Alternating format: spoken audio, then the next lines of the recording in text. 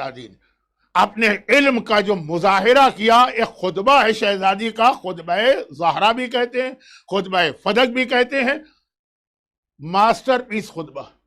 خود پیغمبر کی بیٹی خطبہ دیا۔ دو جملے اس خطبے کے حوالے سے میں عرض کر دوں۔ جب خطبوں کی بات آتی ہے نا، سرمنز، تو نہج البلاغہ آپ کے ذہن میں آتی ہے۔ نہج البلاغہ سے پہلے یہ خطبہ دیا گیا ہے۔ تمام رسول خدا کو چھوڑ کر 13 معصومین میں سے سب سے پہلا خطبہ جو ہمارے سامنے آیا وہ مولا کائنات کا نہیں آیا ہے، وہ شہزادی کونین کا آیا۔ اسی لیے اس خطبہ فدق کا ایک اور نام ہے نہج البلاغہ، یہ اس کا نام ہے کہ یہ نہج البلاغہ کی ماں ہے۔ یہ خطبہ اصل ہے، یہاں سے شروع ہوئے خطبات، پھر مولا ہمارے سامنے منبر کوفہ پر سلونی کہتے نظر آئے۔ پہلا خطبہ شہزادی کا، ایک بات۔ دوسرا جملہ اور سن لیجیے، جب خطبوں کی بات آتی ہے نا تو آپ کے ذہن میں مولا کی ذات آتی ہے اور نہج البلاغہ۔ اور اب تو پڑھے لکھے لوگوں کو معلوم ہے کہ نہج البلاغہ تو کچھ بھی نہیں، نہج البلاغہ کے سائز کی 10 اور کتابیں جمع ہو گئی ہیں مولا کے خطبات کی، جن کا نام ہے مستدرک نہج البلاغہ۔ مستدرک ایک ٹرمینالوجی ہے ہمارے یہاں کہ اصل کتاب میں جو چیزیں نہ آ سکے، رہ جائیں، پھر جو اس کو ایز اے سپلیمنٹ جمع کرتے ہیں اس کو مستدرک کہتے ہیں۔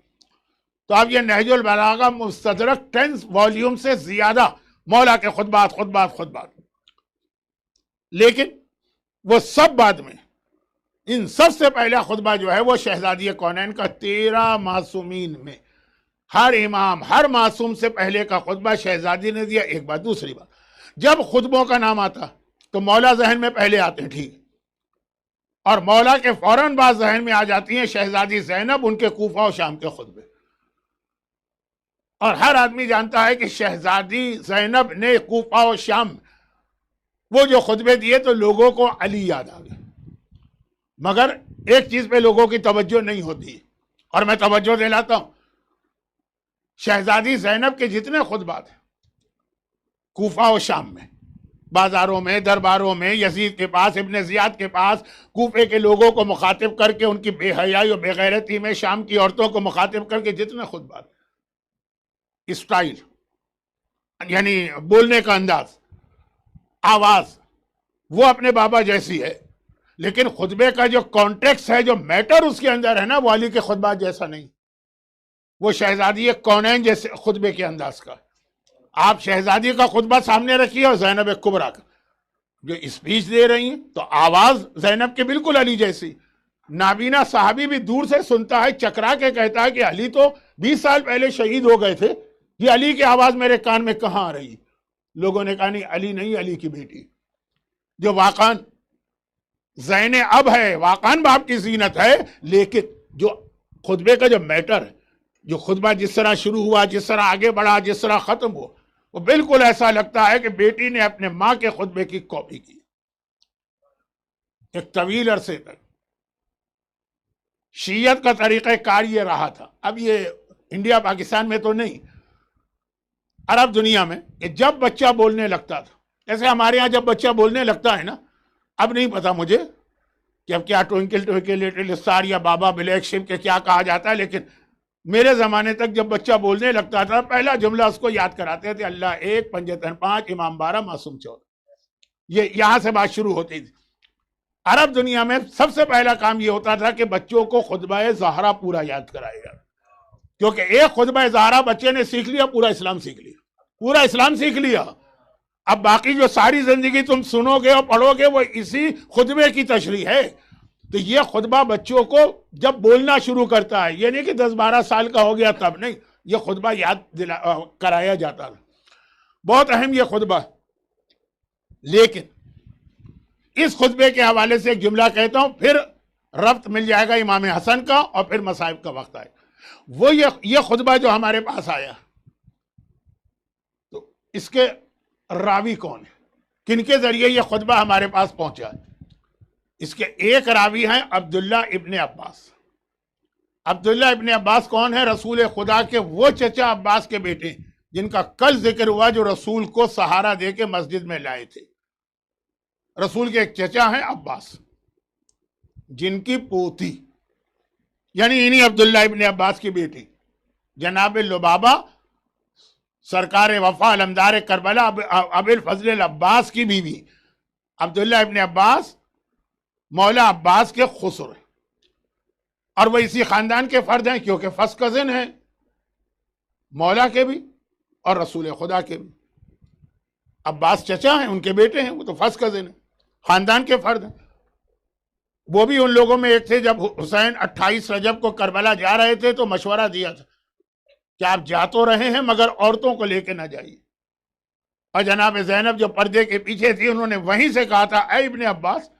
یہ تو میرے بھائی کو مشورہ دے رہا ہے کہ زینب کی موت کا سامان کر رہا ہے۔ اچھا اب یہ جملہ جو ہے نا یہ خود ایک اور سوال ہمارے سامنے لے آتا ہے، وہ پھر بات کی چیز ہے، کل 8ویں امام کے حالات تھوڑے آئیں گے تو پھر پرسوں کی جو تقریر ہے۔ فی الحال یہ رکی، عبداللہ ابن عباس اس خطبے کے ایک راوی وہ ہیں، خالی ایک راوی نہیں، خطبہ دربار میں دیا گیا، سننے والے بہت سارے،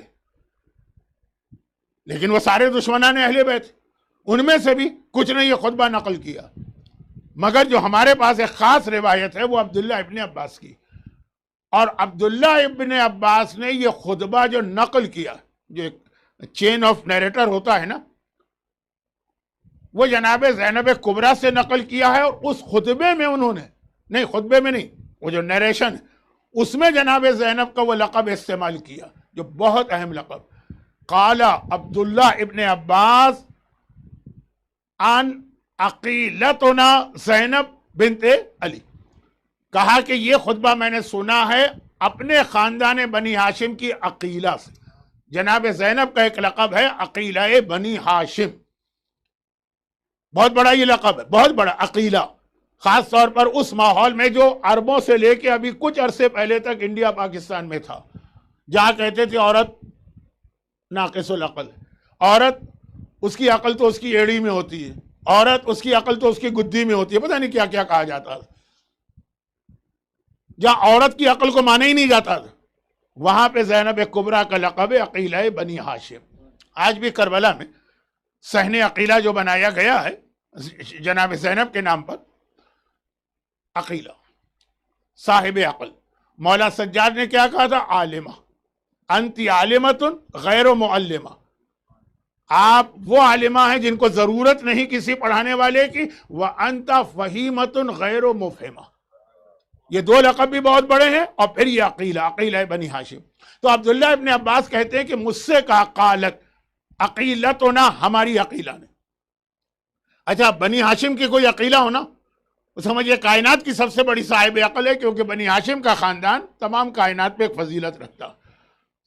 اس میں کہہ دینا، یہ کہنے کی ضرورت نہیں ہے کہ ساری دنیا کے اندر سب سے زیادہ صاحب عقل افضل خاندان، یا اس خاندان میں بھی اگر کوئی عقیلہ کہلائے، یہ دو لقب یاد رکھے گا، بھائی اور بہن۔